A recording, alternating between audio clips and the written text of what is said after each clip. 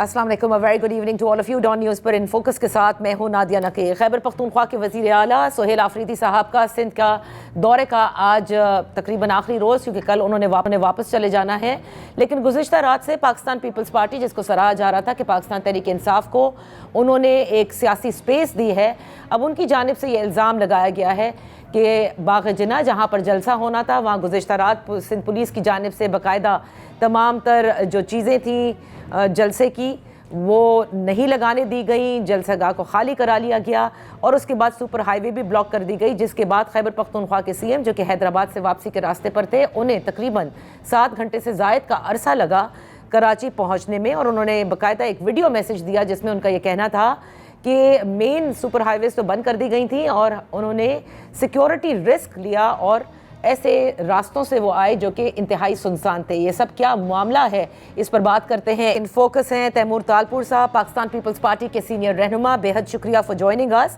Timur, Pakistan Tehreek Insaf کی جانب سے الزام لگایا جا رہا ہے، فردوس شمیم نقوی صاحب نے بھی ابھی کہا ہے کہ ایسا لگتا ہے کہ پہلے ساری سیاسی سپیس دی اور اس کے بعد جو آپ لوگوں نے دیکھا کہ اتنی پذیرائی مل رہی ہے، اس سے کوئی گھبراہٹ ہوئی جس کی وجہ سے یہ تمام تر جو گزشتہ راز باغ جناح کے اندر ایکشن لیا گیا اور ان سب کو خالی کیا گیا، اور جو رکاوٹیں سپر ہائی وے پہ لگائی گئیں اور جو رکاوٹیں آج بھی جلسہ گاہ تک پہنچنے پر لگائی گئی ہیں پولیس کی جانب سے؟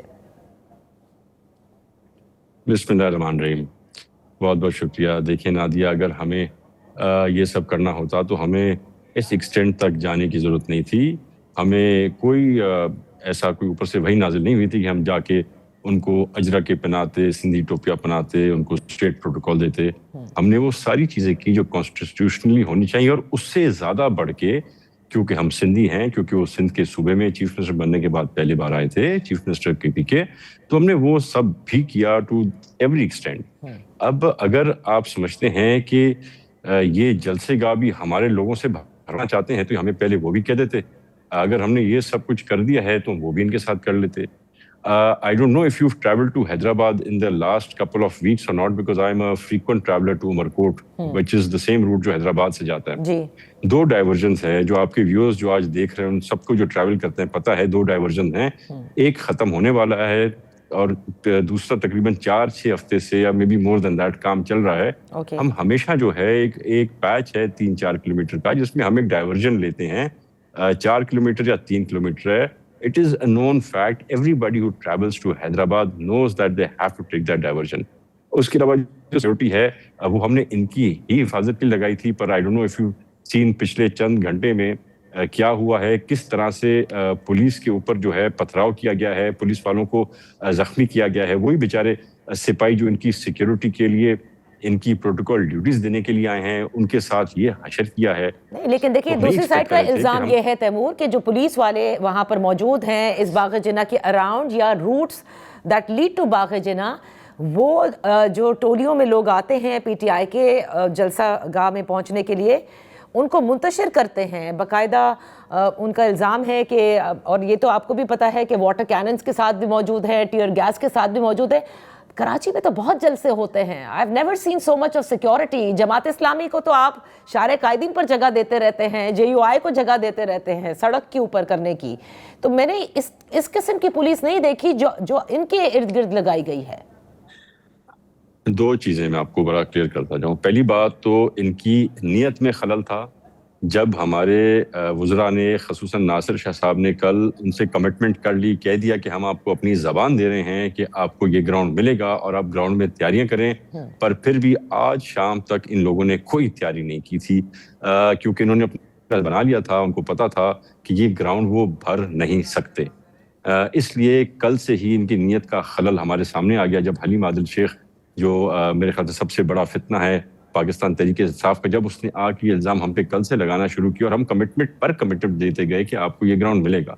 اس کے بعد انہوں نے کہا کہ جی ہم ہے یہ گراؤنڈ میں نہیں کریں گے، ہم رستہ بند کریں گے اور ہم قائد اعظم کے مزار کے سامنے کریں گے۔ تو ہم نے پہلے دن سے کہا ہوا تھا کہ we will not let that happen, and we had that in mind that when they see they cannot afford so many people to come out, they will then start to doing what they're doing right now۔ جو الٹے سیدھے ہم پہ الزام لگائے جا رہے ہیں، ہماری طرح جس پولیس پہ حملے کیے جا رہے ہیں، روڈ رستے بند کیے جا رہے ہیں، تو ہمیں ڈر ضرور تھا, ہمیں بھروسہ تھا کہ شاید اتنے عرصے میں کچھ پی ٹی آئی بدل گئی ہو, پر یہ ویسی کی ویسے جو 9 مئی کو انہوں نے کیا تھا, یہ شاید چاہتے ہیں کہ پھر سے ایسا کچھ کریں. تو جب آپ پی ٹی آئی جیسی جماعت کو کہیں اجازت دیں گے تو آف کورس آپ کو سیکیورٹی کے ارینجمنٹس اسی حساب سے رکھنے پڑیں گے, because we fear for the public and private property and for the lifes of our citizens. اس لیے ہم نے بالکل بہت اسٹرانگ کنڈیشنز لگائے ہوئے تھے, اور وہ بالکل بھی ان کو منتشر کرنے کے لیے نہیں تھے, وہ ان کی سیکیورٹی کے لیے تھے, اور وہ ہمارے عوام اور لوگوں کی سیکیورٹی کے لیے تھے. اچھا, جن ڈائیورژنس کا آپ نے ذکر کیا ہے تیمور, آئی ڈو انڈرسٹینڈ, لیکن کیا 7.5 گھنٹے لگتے ہیں؟ آپ فریکوینٹ ٹریولر ہیں حیدرآباد سے کراچی میں, ان کو 7.5 گھنٹے لگے, اور باقاعدہ پھر پہنچنے کے بعد آپ کی نظر سے گزرا ہوگا جو انہوں نے ویڈیو پیغام دیا, اور اس میں ان کے الفاظ کا چناؤ قدرے ماڈریٹ تھا, جس میں انہوں نے کہا کہ اس طرح سے نفرتیں پھیلیں گی, یہ نہیں ہونا چاہیے. نادیہ جی دیکھیں, بات سنیں, 2 چیزیں ان کی طرف سے آئے گی جو میں ٹویٹس بھی ان کے سن رہا تھا, دیکھ رہا تھا. پہلا تو انہیں انزا لگایا کہ اگر ان کو کچھ بھی ہو گیا تو سندھ حکومت ذمہ دار ہے. کیوں بھائی, یہ کوئی کچے کے علاقے میں ڈاکوں سے مقابلہ کرنے جا رہے ہیں, یہ کراچی سے حیدرآباد جا رہے ہیں. دس از دا سیفسٹ شاہراہ ہائی وے آف پاکستان. کبھی آپ نے سنا ہے کوئی الزام کسی نے لگایا ہے کہ ڈاکہ ہوا ہو, کوئی چوری ہوئی ہو؟ کبھی ایسا کچھ سپر ہائی وے پہ ہوا ہی نہیں ہے. تو یہ الزام لگانا, کس سے ڈر رہے ہیں, کس سے خوف زدہ ہیں, مجھے نہیں سمجھ آ رہا. ہم نے تو ان کو ریسیو کیا, ان کو عزت دی ہے, ان کو سیکیورٹی دی ہے, اور یہ ہم پہ الزام لگا رہے ہیں. اور جہاں تک اپنی 7 گھنٹے کی, میرے خیال سے جتنی گاڑیاں ان کے قافلے میں تھی تو ان کو تو 3 گھنٹے کے اندر پہنچنا چاہیے تھا. مجھے نہیں پتا یہ کیوں 7 گھنٹے کے اندر پہنچے. ہاں, جب بلاول بھٹو کا قافلہ ہوتا ہے تو ہمیں کراچی سے حیدرآباد تک 10-12 گھنٹے لگ جاتے ہیں, پر وہ بلاول بھٹو کا قافلہ ہوتا ہے.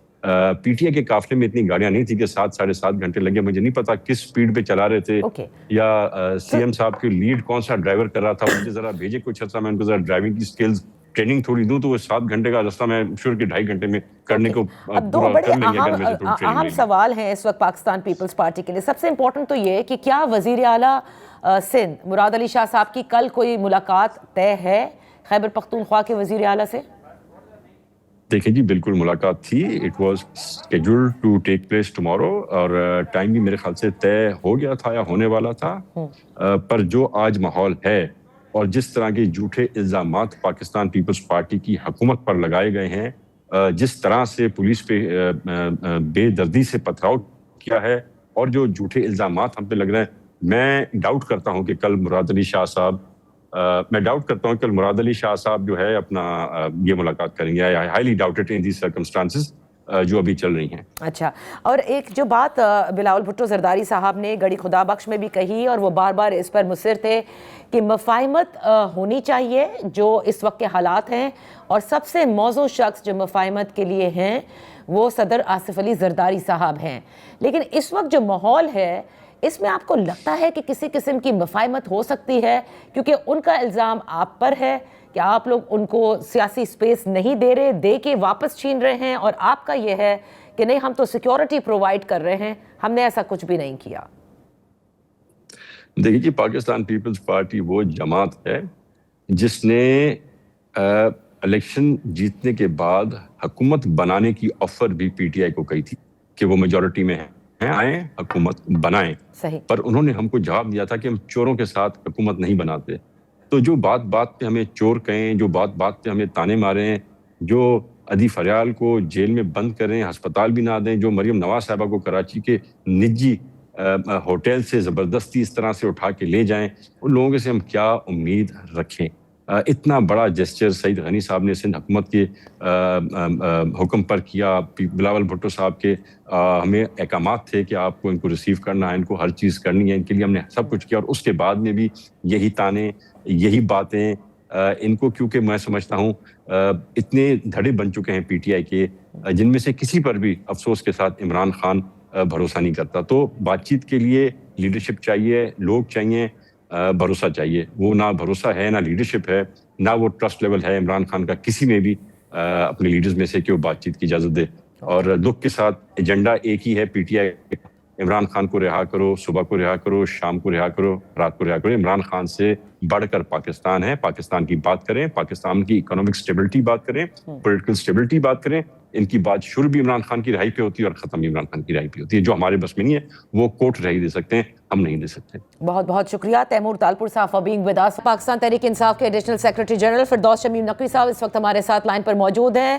نقوی صاحب, شرجیل انعام میمن صاحب نے پاکستان تحریک انصاف کی جانب سے لگائے گئے تمام تر الزامات مسترد کیے ہیں کہ گزشتہ رات جو کچھ بھی واقعہ پیش آیا, چاہے وہ باغ جناح کے حوالے سے ہو یا سپر ہائی وے کے حوالے سے ہو, اور آپ سب یہ کہہ رہے ہیں کہ تمام تر رکاوٹیں جو ہیں وہ یکدم پاکستان پیپلز پارٹی نے سپر ہائی وے پر بھی کھڑی کر دی تھی, اور اسی طرح سے باغ جناح میں اجازت دینے کے بعد اس کو خالی کرا لیا گیا. ابھی جو میں یہ جاننا چاہتی ہوں, اصل میں رات گئے ہوا کیا, اور پھر کیا آپ کی ناصر حسین شاہ صاحب سے یا سندھ حکومت میں سے کسی سے بات ہوئی ہو تو وہ بتائیے. بسم اللہ الرحمن الرحیم. پہلی چیز تو یہ, مجھے یہ نہیں پتا کہ جو نظام ہے یہ کبھی ویڈیوز کو مانتا ہے, کبھی ویڈیوز کو دکھاتا ہے, کبھی ویڈیوز کو غائب کرتا ہے. یہ ساری چیزیں جن کا آپ نے ذکر کیا, اس پہ ساری ویڈیوز اویلیبل ہیں, سوشل میڈیا پہ بھی آئی ہوئی ہیں, خود آفیشیل میڈیا بھی ہے, اس کو چلانے کی اجازت نہیں ہے, لیکن سب جو کچھ باغ جناح میں ہوا وہ بھی ہوا. پی ٹی آئی کو کچھ بھی کرنے کی ضرورت نہیں تھی, وہ تو ایک پرامن شہر چاہتی تھی کہ زیادہ سے زیادہ لوگ جو ہیں شرکت کریں. یہ گھبرا گئے, یہ ایکچولی گھبرا گئے, نظام گھبرا گیا. جو کچھ انہوں نے 2 دن کے اندر کراچی میں دیکھا ہو, پھر حیدرآباد میں, تو فقیت المثال کے حیدرآباد کی تاریخ میں کوئی بھی لیڈر آیا ہو اس کو اتنا شاندار استقبال نہیں ملا. اور واپسی کے وقت کس کا دماغ خراب ہے کہ وہ موٹر وے چھوڑ کے جو ہے وہ نکلے, اور اس کے بعد جو ہے وہ 7 گھنٹے بیابانوں میں سے ہوتے ہوئے تقریباً 7:30 بجے وہ گڈاب ٹاؤن میں فارم ہاؤس پہ پہنچے. لاسٹ نائٹ 20 سے زیادہ ورکرز تقریباً 22 گاڑیوں کے شیشے توڑے گئے, وہ بھی ہم نے خود توڑ دیے. ہمارے وینڈرز ہیں جن کا سامان نہیں اتارنے دیا, سامان جن کا اتر گیا تھا وہ پولیس نے قبضے میں لے لیا. یہ قائد اعظم کے مزار کے ارد گرد کتنے کیمرے لگے ہیں, سب کی ویڈیوز لے آئے سامنے, یہ کبھی ویڈیو نہیں لائیں گے. تو نقوی یہ صاحب, تو میں کل رات کی بات کر رہا ہوں. جی بالکل, شرجیل انعام میمن اتنے سچے تو دکھائیں یہ ساری ویڈیوز. بہت بہت شکریہ نقوی صاحب فار بینگ ود اس آن دا شو. یہاں وقت ہوا ہے ایک کا, جب بریک سے واپس آئیں گے تو یہ جو سندھ کے دورے میں پہلے ایک سپیس دی گئی اور اس کے بعد پاکستان تحریک انصاف کے اپنے الزامات اور باقاعدہ انہوں نے ویڈیوز بھی پوسٹ کی ہیں, جبکہ پاکستان پیپلز پارٹی کچھ اور کہہ رہی ہے. اس پر تجزیے کے لیے بات کریں گے right after this very short break. Welcome back. وزیر اعلیٰ خیبر پختونخوا سہیل آفریدی کا سندھ کا دورہ, پاکستان پیپلز پارٹی کی سیاسی بصیرت اور پھر ان پر یو ٹرن کا الزام. اس پر بات کرتے ہیں. ان فوکس ہیں محسن بیگ صاحب, سینئر صحافی اور تجزیہ نگار. بے حد شکریہ فار جوائننگ اس.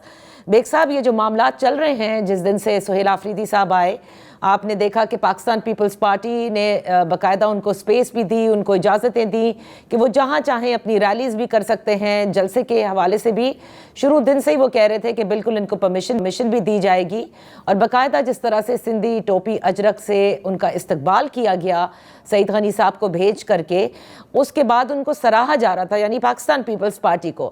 اب گزشتہ رات سے جو کچھ باغ جناح پر ہوا, جو کچھ سپر ہائی وے پر ہوا, اس کے بعد ہم یہ دیکھ رہے ہیں کہ ظاہر ہے سہیل آفریدی صاحب نے بھی کہا ہے کہ اس سے نفرتیں پھیلتی ہیں اور اس سے گریز کیا جائے, جس طرح سے اب جو رویہ روا رکھا جا رہا ہے. یہ جو تبدیلی آئی ہے پاکستان پیپلز پارٹی کے سیاسی رویے میں, کیا وجہ بنی آپ کے نزدیک؟